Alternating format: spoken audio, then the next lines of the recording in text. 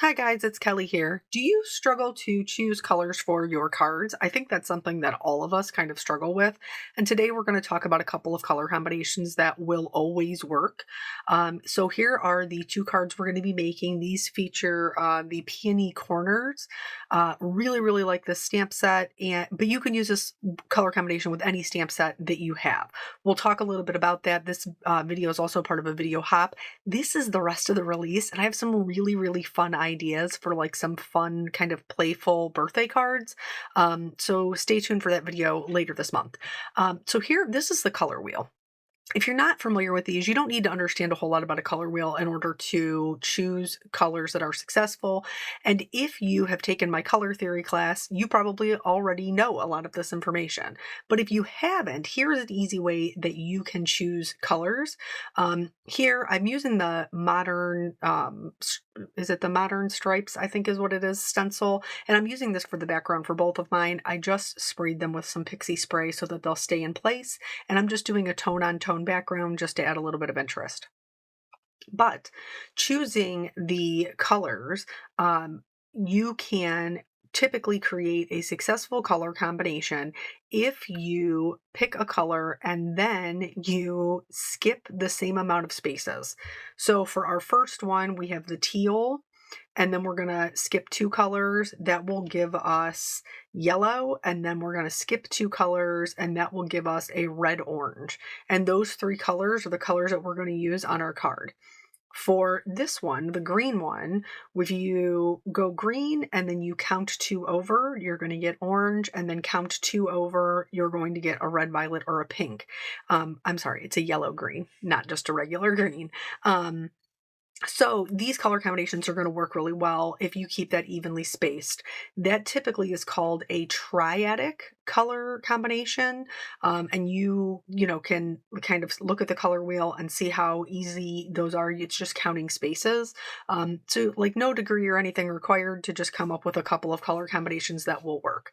I am going to be ink blending mine with the stencils that are part of this suite. If you are a big fan of this, Alex Syberia actually has like a bundle where you can get a discount if you buy all of the products, which I love.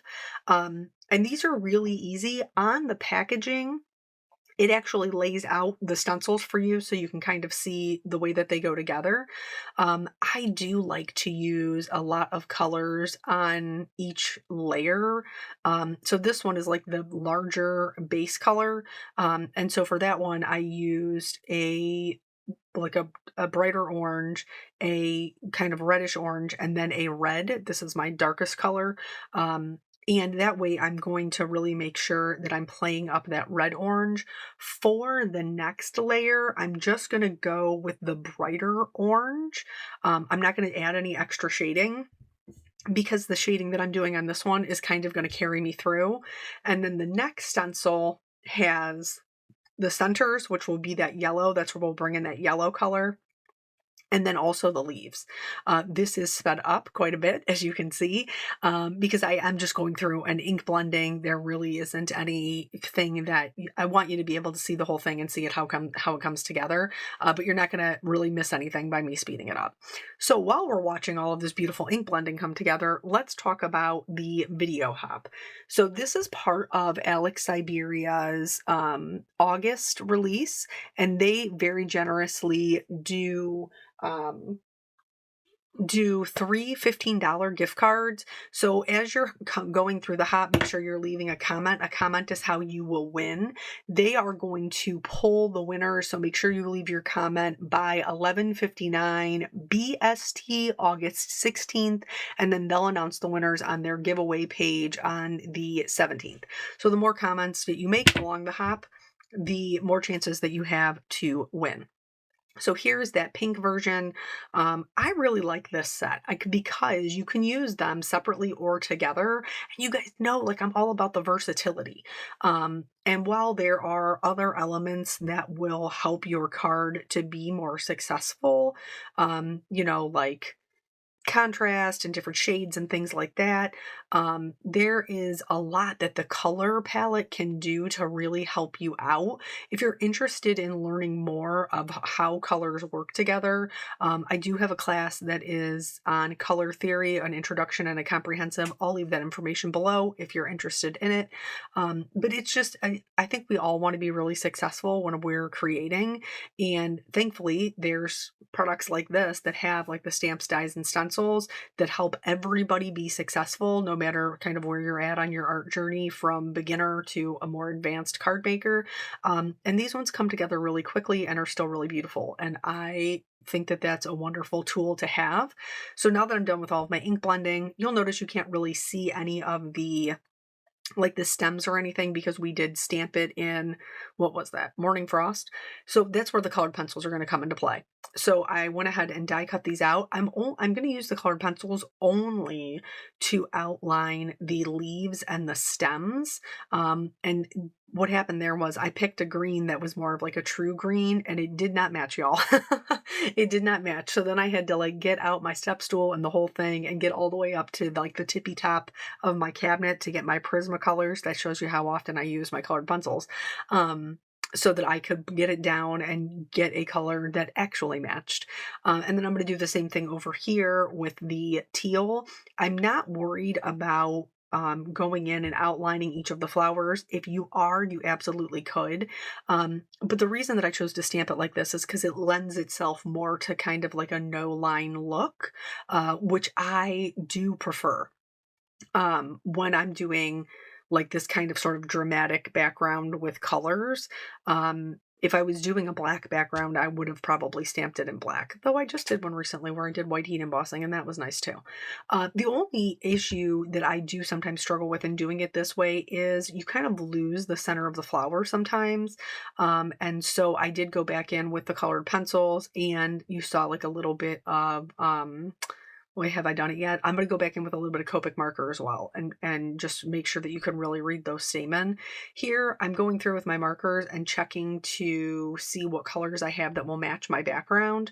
And then this is how I'm really going to outline the flowers, because they build in this kind of, Alex Syberia builds in this layer that leaves a highlight, which honestly, if you did this like on a light pink, that would still work, because complementary colors you can shade with the complement.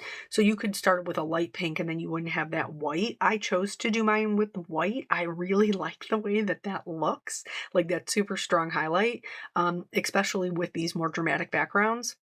So I colored in the edges. Here is where I went in and put in those darker dots. For the sentiments, I'm going to tie in the white that was left in with my ink blending by using some white heat embossing.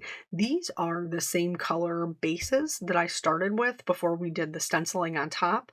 And so I like to stamp mine down with a brilliant white pigment ink, and I stamp them 2 times, and then I use a white detail embossing powder, and of course treat with your anti-static tool first. That will save you a ton of time and cleanup. And then I went ahead and heat set these, and then once I had let them cool, you don't want to go in there while they're still warm because you can risk smearing it, but once they're cooled off, then I went ahead and went over top of them with that same ink, so that they would be a little bit darker. That's going to like add the contrast between the white and the base of the paper, and then also add to the contrast of the sentiment to the kind of more dramatic background. So this is just like a slightly damp cloth that I'm just cleaning off the top with. The only thing that I can tell you is I wish, and I never think to do it, I do not know why, I do that after you die cut them, because sometimes getting that tape to stick to a freshly inked piece of cardstock is really challenging. So it's easier to do it after you die cut them. So then here, I decided that in order to tie in the white even more, I wanted to do a little bit of a matte. But when you have this kind of shading that we've done, where we've gone around the edges, you want to make sure that you're trimming, if you're going to trim it after the fact, you want to make sure that you're trimming all of the sides. So I cut off a little bit off of each side so that the shading was maintained, that it is in the center and it's all even. So I'm going to flip this one kind of, I think it's upside down. I don't know. I think it's fine. I wanted one to be kind of looking left and one to be looking right. And because we've colored in that outline, it's kind of overhanging that white. And I really like that. I think it makes a more interesting edge.